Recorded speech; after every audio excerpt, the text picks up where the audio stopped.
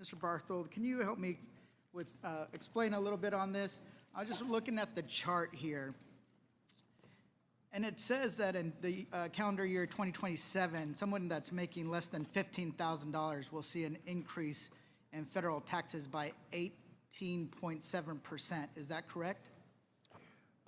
Yes, Mr. Gomez, and that's a consequence of loss of premium tax credits, health care.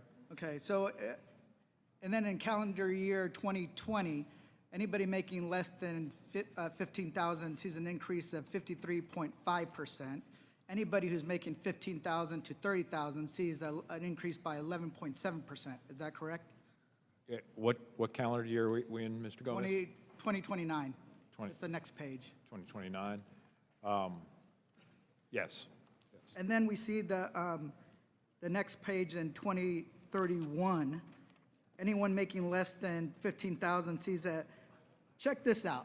I thought this was a mistake. I thought I was not reading this correctly. An increase in their taxes of 74.3%. And from 15,000 to 30,000 of 20.6%. Is that correct? Or is that, did you guys make a mistake, or is that like? No mistake in the numbers, but an important thing to remember is in lower brackets, it's actually hard to measure the denominator because there are some taxpayers that are getting refundable tax credits, for example, and so there's some with negative tax rates, and so you're adding up some with negative tax rates and positive tax rates, so it's like dividing a modest change over by zero. Well, here's the thing. This is what your own tax brackets suggest. And one of the things that we have my Republican colleagues over here saying, hey, we're not doing tax on tips, which we know is actually pretty limited. Oh, we're not going to do X, Y, and Z, but we're screwing over people who are making less than $30,000 a year. And what I actually find offensive is because my parents never made more than $38,000 a year in their entire lifetime after working 4 to 6 jobs a week to make ends meet, right? And then we have Donald Trump and his chaotic, reckless tariff policy that is creating so much uncertainty that it's driving up the cost of living in this country. At first, it was $4,900 a year. Then it became $3,800 a year. Either way, the people at the lower income brackets are getting screwed over by a Republican majority that doesn't give a damn about them.